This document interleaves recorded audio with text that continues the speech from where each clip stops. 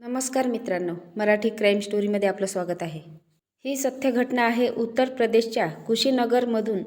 नेबुरा police station अंतर्गत किशनपूर जयपूर नावाचं गाव आहे आणि याच गावात राहणारा नेबुलाल आपली पत्नी आणि 2 मुलांसह राहत होता. त्यांचा एक मुलगा, त्याचं नाव अंगद प्रसाद आहे. नेबुलाल हा मेहनत मजुरी करत असतो आणि त्यापासून घर प्रपंच चालवत असतो. मात्र वेळ निघून जाते आणि नेबुलालची तब्येत अचानक बिघडू लागते. नेबुलालला सर्दी, खोकला, ताप येत होता आणि त्यामुळे हा नेबुलाल 2018मध्ये डॉक्टरांकडे जातो आणि त्यानंतर डॉक्टर जेव्हा चेकअप करतात तेव्हा डॉक्टर त्यांना सांगतात की तुम्हाला TB झाला आहे आणि तुम्ही TBची पेशंट झाले आहात. तुम्हाला आता खूप जास्त काळजी घ्यावी लागणार आहे आणि आपल्या कुटुंबापासून दूर राहावे लागेल. जेवण करण्यासाठी वेगळी डिश घेत जा आणि तुमच्या पत्नीसोबत आता तुम्ही संबंधही करू शकत नाही. कोणाच्याही संपर्कात येऊ नका. जर तुम्ही हे पथ्य पाळले नाही तर तुमच्या संपूर्ण कुटुंबाला क्षयरोग होईल. नेबुलाल डॉक्टरचे गोष्ट ऐकतात आणि त्यांना डॉक्टरांनी सांगितल्याप्रमाणे ते पथ्य पाळू लागतात. घरामध्ये ते बाकीच्यापासून दूर बसायचे, दूर जेवण करायचे आणि पत्नीच्या संपर्कात ते अजिबात येत नव्हते. डॉक्टरांनी दिलेल्या गोळ्या औषधे वेळेवर घेत होते आणि आता त्यांचा हॉस्पिटलमध्ये इलाज सुरू झाला होता. नेबुलाल एक सामान्य मजूर होता आणि त्याच्या या इलाजामध्ये भरपूर सारे पैसे खर्च होत होते. नेबुलालची अवस्था आता फार बिकट होत चालली होती. त्यामुळे नेबुलालला हॉस्पिटलला सुद्धा एकट्याला जाता येत नव्हते. त्यामुळे नेबुलालचा मामा होता वसंत कुमार. रायकोला पोलीस स्टेशन अंतर्गत खपरी या गावात राहणारा वसंत कुमार नेबुलालच्या गावाला यायचा. तो नेबुलालच्या मामाचाच मुलगा होता. नेबुलाल हा त्याला भाऊ लागायचा. त्यामुळे नेबुलालची मदत करण्यासाठी नेबुलालच्या घरी यायचा. नेबुलालला जरी TB झाला होता तरी मात्र तो चांगल्या पद्धतीने काळजी घेत होता. त्याला कधी हॉस्पिटलमध्ये जायचे असायचे तर वसंत कुमार त्याला घेऊन जायचा आणि सर्व काही ठीकठाक सुरू होतं. त्याला कोणत्याही गोष्टीची कमी पडली तर हा वसंत कुमार मदत करायचा. एक दिवस नेबुलालची पत्नी सुनैना वसंत कुमार यांना म्हणते की तुम्ही खूप दूरचे नातेवाईक आहात तरी देखील तुम्ही आमच्यासाठी इतकी मदत करता. तेव्हा वसंत कुमार म्हणतो की का नाही करणार, नेबुलाल माझ्या आत्याचा मुलगा आहे आणि नेबुलालची काळजी घेणं हे माझं कर्तव्य आहे.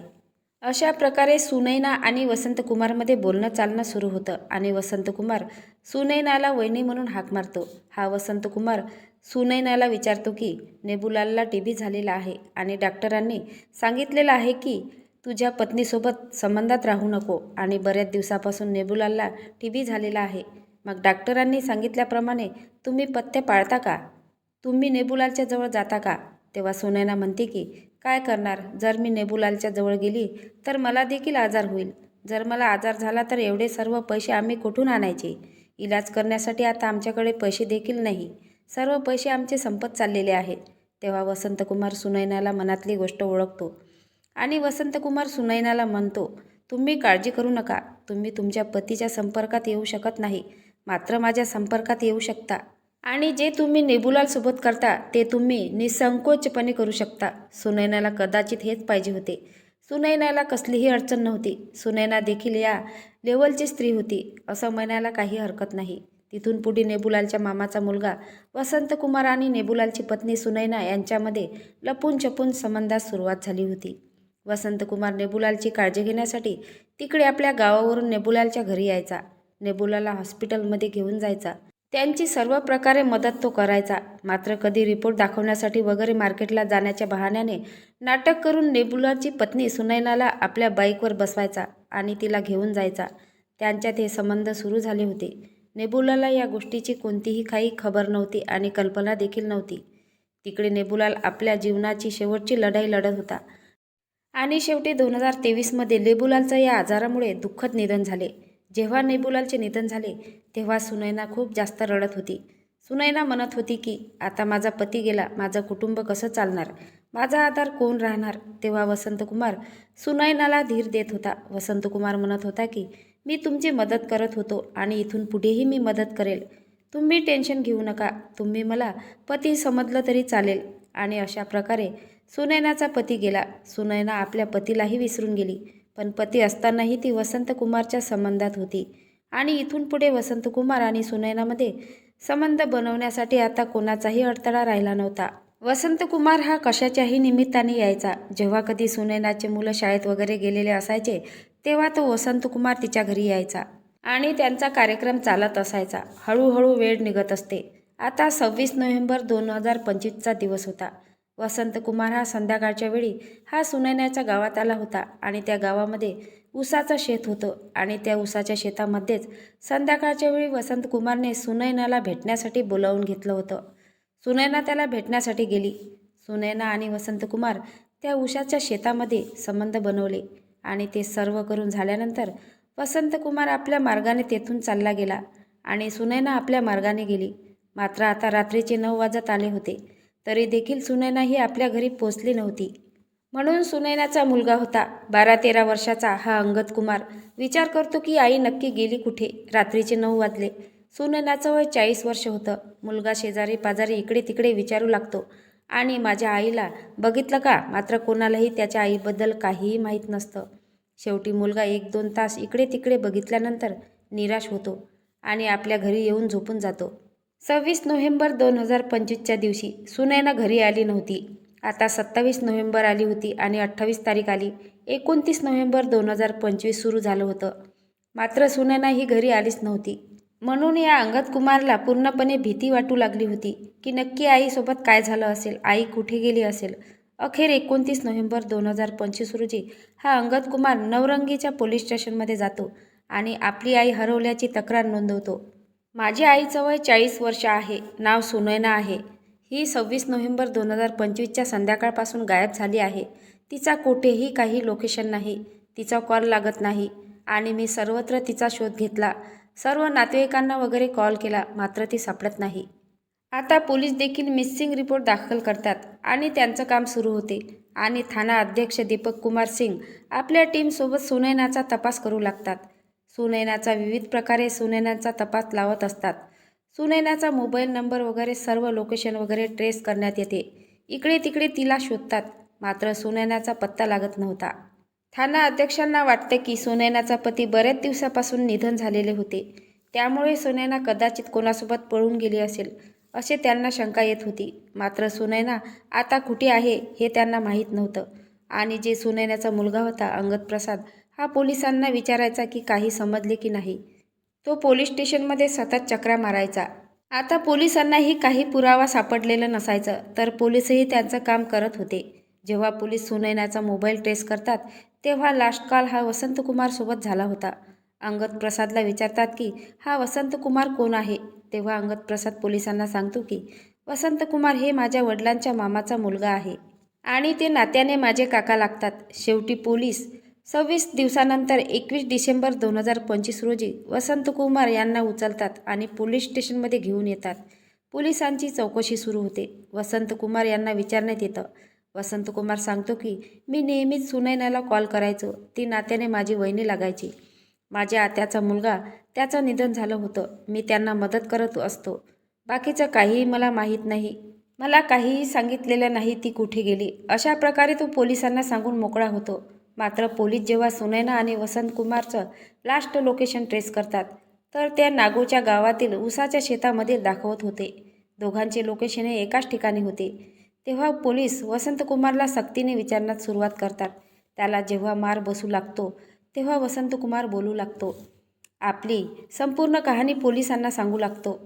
2023मध्ये सुनैनाच्या पतीचं जेव्हा निधन झालं होतं त्यानंतर वसंतकुमार आणि सुनैना यांच्यात संबंध सुरू झाले होते. त्यांना रोकटोक करणारं कोणीही नव्हतं. ते त्यांच्या मर्जीप्रमाणे भेटत होते. वाटेल तिथे वाटेल तसं त्यांच्यामध्ये संबंध सुरू होतं. मात्र नेबुलालचा मृत्यू झाल्यानंतर सुनैना होती तिला एक प्रकारची लतच लागलेली होती. सुनैना विचार करते की वसंतकुमार आहे याचं गाव थोडं दूर आहे आणि त्यामुळे आपल्याला जेव्हा पाहिजे तेव्हा वसंतकुमार आपल्याला भेटायला येऊ शकत नाही. त्यामुळे सुनैना आता गावातीलच एका मुलाच्या संपर्कात येऊ लागली आणि त्यांच्यासोबत तिचा कार्यक्रम सुरू झाला होता. वसंतकुमार तिकडून सुनैनाला कॉल करत असायचा, मात्र इकडे सुनैना कधी बिजी असायची. कधी त्याने 7 ते 8 वेळा कॉल केल्यानंतर एखाद्या वेळी सुनैना वसंतकुमारचा कॉल उचलायची आणि त्याला सांगायची की मी कामात आहे, असं सारखं कॉल करत जाऊ नको. आणि इकडे सुनैनाचं दुसऱ्याच मुलासोबत प्रेम प्रकरण सुरू झालं होतं. वसंतकुमार तर सुनैनाला भेटायला येतच होता, मात्र सुनैनाला जरा जास्तच वासनेची भूक लागली होती. त्यामुळे सुनैना वसंतला त्यावेळी म्हणते की येताना तुझ्या एखाद्या मित्राला देखील घेऊन ये. तेव्हा वसंतकुमारने सुनैनाला समजावून सांगितले होते की तो असं करू नको, तुझा आधार आहे आणि आपल्या दोघांचे संबंध असू दे, कोणी तिसरा आपल्या संबंधात येता कामा नये. मात्र सुनैना ही ऐकण्यासाठी तयार नव्हती. सुनैना वसंतकुमारला म्हणायची की तुझ्यावरून आता माझं मन उडालं आहे. वसंतकुमारने तिला समजावून सांगितले, मात्र सुनैनाने ते ऐकले नव्हते आणि वसंतकुमार त्याच्या एखाद्या मित्राला घेऊन येत नाही म्हणून सुनैनाने इकडे गावातीलच दुसऱ्याच एका मुलासोबत संबंधाची सुरुवात केली होती आणि हीच गोष्ट वसंतकुमारला समजली होती. वसंतकुमार हा नेहमीच तिला कॉल करायचा आणि ती सांगायची की मी कामात आहे, कॉल करू नको. तेव्हा वसंतकुमारने डिटेल्स काढले होते तर त्याला कळाले होते की सुनैना आता आपल्यापासून दूर होत चाललेली आहे.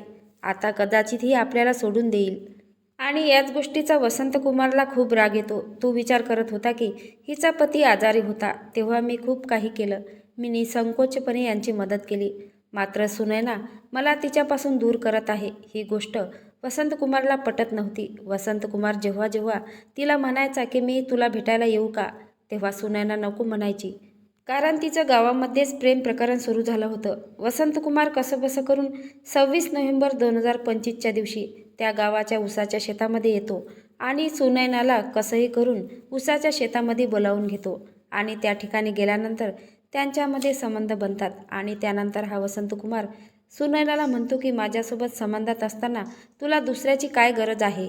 तेव्हा सुनैना म्हणते की असं बोलण्यासाठी तू माझा पती नाही, तुला मला बोलण्याचा काहीही अधिकार नाही. तुला राहायचं असेल तर माझ्या संबंधात राहा, नाही तर जा, मला तुझी गरज नाही. हीच गोष्ट वसंतकुमारला पटत नाही. वसंतकुमार सुनैनाला खूप शिव्या देतो आणि तिला नको ते बोलू लागतो आणि त्यामुळे सुनैनाला देखील खूप राग येते आणि ती वसंतकुमारला झापड मारते आणि याचा वसंतकुमारला भयंकर राग येतो. वसंतकुमार त्या ऊसाच्या शेतामध्येच सुनैनाचा गळा दाबतो आणि सुनैनाची हत्या करून टाकतो.